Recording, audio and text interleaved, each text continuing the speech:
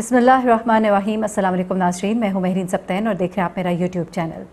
नाज़रीन, नूर मुक़द्दम फैमिली जिस कर्ब से, जिस ट्रॉमा से इस वक्त गुजर रही है, इसका अंदाज़ा हम लोग नहीं लगा सकते। ये वही शख्स लगा सकता है जो उस वक्त से गुजर रहा होता है। और ऐसे में बहुत से ऐसे लोग हैं जो इंतहाई गैर ज़िम्मेदारी का मुज़ाहिरा कर रहे हैं। इस कदर घटिया बातें मैं कहती हूँ कि कभी आप अपने बच्चों की तरफ देखकर इस तरह की बातें कर सकते हैं जिस तरह कि आप किसी एक ऐसी बच्ची के लिए जो मज़लूम है, जिसके ऊपर जुल्म हुआ है, जिसका बाप इस जुल्म के ख़िलाफ़ बरसरे पैकार है, उसके बारे में आप लोग जब इस तरह की बातें करते हैं तो थोड़ा कभी दिल पर हाथ रख के सोचा करें कि कोई खुदा न खास्ता आपके घर में से किसी के बारे में भी इस तरह से बोले जो कभी किसी ऐसे दुख और कर्ब से गुजरा हो, तो क्या महसूस होगा।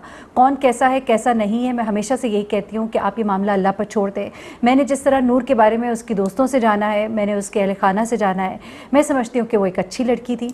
लोग अब इस तरह से प्रोट्रे करने की कोशिश करें। मैं आपको बताऊँ कि वाकई सांप बिलों से निकल आए हैं। ज़ाहिद जाफ़र का ये जो गिरोह है, ये एक ऐसी कोशिश भी कर रहा है कि उस लड़की के किरदार को, उसकी कैरेक्टर असैसिनेशन की जाए।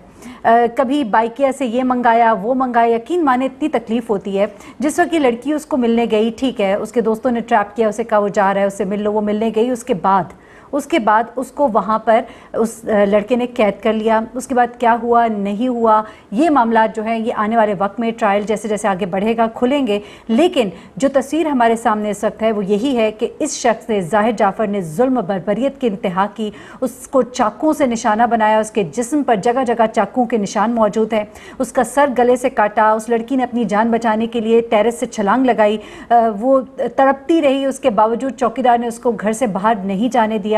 ये तमाम तर मामलात हमारे सामने। ना मैं आप उसको पर्सनली जानती हूँ, ना आप उसको पर्सनली जानते हैं, और अगर जानते भी हों तो हमारा हक नहीं बनता। और बज़ाहिर मैंने जितना जाना है, मैं समझती हूँ कि वो एक मासूम लड़की है और उसके साथ जुल्म हुआ है, बर्बरियत हुई है।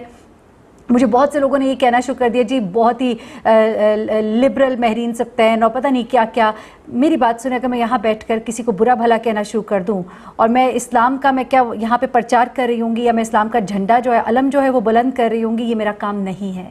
जो काम जिसका है उसको करने दीजिए। एनीवेज, मेरे पास कुछ बहुत अहम मालूमात है, मैं आज आपको बताऊंगी। सबसे पहले तो ये कि ये जो एक गंदी मुहिम का आगाज़ किया गया है, ख़ास तौर पे ज़ाहिद जाफ़र के जो दोस्त है वो क्या कर रहे हैं और ज़ाहिद जाफ़र को किस तरह से मासूम बनाने के लिए क्या कुछ किया जा रहा है, इसके बारे में कुछ अहम चीज़ें मेरे पास आई हैं, वो मैंने आपको बतानी है। उसके बाद नूर की बहन ने एक बड़ा ही दर्दनाक पैगाम जो है शेयर किया है, वो मैं आपके साथ शेयर करूँगी। उससे आप अंदाज़ा लगाएंगे कि कितने एक तकलीफ़ और कर्ब से ये फैमिली गुजरी है। और आप अल्लाह से दुआ करें कि अल्लाह ताला हमारे घरों को इस तरह की आफत से बचाए, और जिनके चले गए हैं, जिनके साथ ये इतना बड़ा वाक़या हुआ है, अल्लाह ताला उन्हें सब्र जमील दे और उसके आगे का सफ़र, नूर के आगे के सफ़र को आसान बनाए। अच्छा, उसके बाद ये एक और चीज़ मैं आपको बताऊंगी। जेल के अंदर से मेरे पास मालूमात पहुंची है, इस वक्त जेल के अंदर ज़ाहिद जाफ़र जो है वो किस हाल में है। नंबर 1, उसी जेल के अंदर उसके माँ बाप भी कैद हैं। उसकी उनसे किस तरह से मुलाकात कराई गई या नहीं कराई गई। उसके बाद इसकी माँ जो है वो किस तरह से झोलियाँ उठा उठा कर इसको बद्दुआएं देती रही, और ये शख्स जो है ये दीवार से जेल की टक्करें मारता रहा। ये होता है अंजाम बुरे का। ये तमाम तर मालूमात आज आपको इस वीडियो में मिलेंगी। सबसे पहले तो ज़ाहिद जाफ़र, जिसके बारे में कहा जाता है कि ये बड़ी बड़ी कंपनीज़ जो है इनकी, उसके अंदर एक बड़ी अहम पोजीशन पे था। और ये वो लोग हैं, जैसा कि मैं आपको पहले भी बताती हूँ, जो रातों को नशों में डूबे रहते हैं और दिन को ये बड़े अच्छे से काम भी कर लेते हैं। तो अब ये जो बेस बनाने की कोशिश की जा रही है, जो इस्टेब्लिश किया इसके वकील ने भी अदालत में, कि ये जब US गया उसके बाद ये नशे का आदी हो गया, इसको वापस बुला लिया, फिर UK गया, फिर वापस बुला लिया।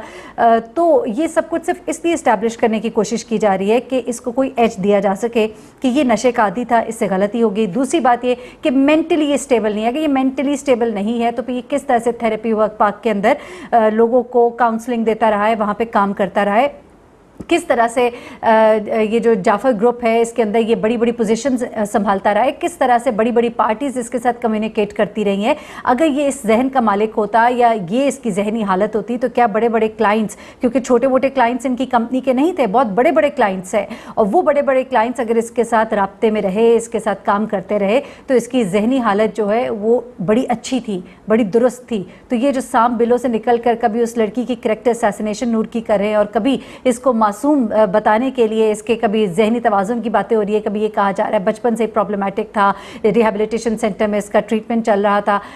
आई डू नॉट बाय दिस। अच्छा, आगे चलती हूँ मैं। आगे मैं आपको ज़रा नूर की बहन का वो पैगाम ज़रा सुनाना चाहती हूँ, और उसके बाद जेल में कैसा इस्तकबाल हुआ और उसके साथ इस वक्त सलूक कैसा है, और माँ बेटे की मुलाकात का अहवाल भी जानिएगा। अच्छा, नूर की बहन जो है सारा मुकद्दम ने एक शेयर की है अपना इंस्टा के ऊपर, और उसने एक बड़ी यादगार सी तस्वीर अपनी बहन के साथ, जिसमें नूर जो है स्कार्फ के अंदर है। आपको याद होगा मैंने एक पिछले वीडियो की थी जिसमें नूर की दोस्त ने भी उसकी एक तस्वीर शेयर की थी नमाज़ पढ़ते हुए। तो देखिए, ये वो लड़की है जो नमाज रोज़े की भी पाबंद थी, उसके अलावा क्या था नहीं था, एक बार फिर से कहूँगी मेरा आपका मामला नहीं है। और ये इसमें से 70% 80% जो है वो कहानियाँ हैं और 20% सच है, और हमने 20% को 80% और 80% को 20% बना दिया है। नूर की बहन ने एक यादगार तस्वीर शेयर की और उसने कहा कि मैं बहुत याद करती हूँ तुम्हें, नहीं पता कि तुम्हारे बगैर ज़िंदगी कैसे गुजरेगी, हर लम्हे हम तुम्हारी यादों में जीते हैं, और इस साल तुम्हारी सालगिरह के लिए हमने बहुत से मंसूबे बनाए हुए थे। आपके बगैर ज़िंदगी पहले जैसी नहीं रही और दुनिया आपके बगैर अधूरी महसूस होती है। अब आपके बगैर किसी की सालगिरह और ईद हम नहीं मना पाएंगे। उसके बाद उसने कहा कि अल्लाह ताला आपको जन्नतुल फिरदौस में आला मुकाम अता फरमाए और हम सब फिर एक बार जन्नत में एक ख़ानदान की तरह मिल पाएँ। एक बड़ा ही तकलीफ़ और दर्द भरा दिलखराश ये ट्वीट था इंस्टा पे, सॉरी, जो इसने शेयर किया अपना ये पैगाम। एक दुखी घर की ये दास्तान है।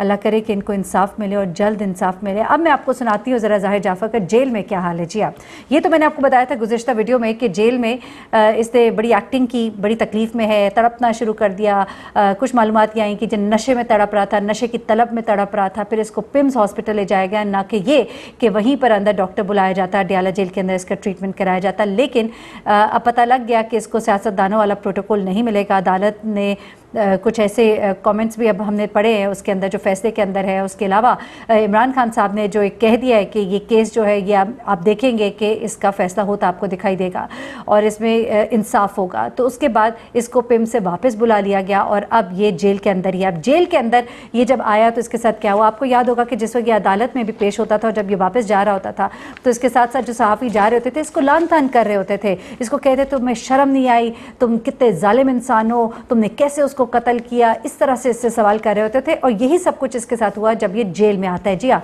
जब ये अडियाला जेल पहुंचता है और आपको पता है कि वहाँ पे बैरकें होती हैं, मुख्तलिफ बैरक में इनको रखा जाता है। उसके बाद ये जब वहाँ अदालत पहुँचता है, गाड़ी रुकती है, ये गाड़ी से उतरता है।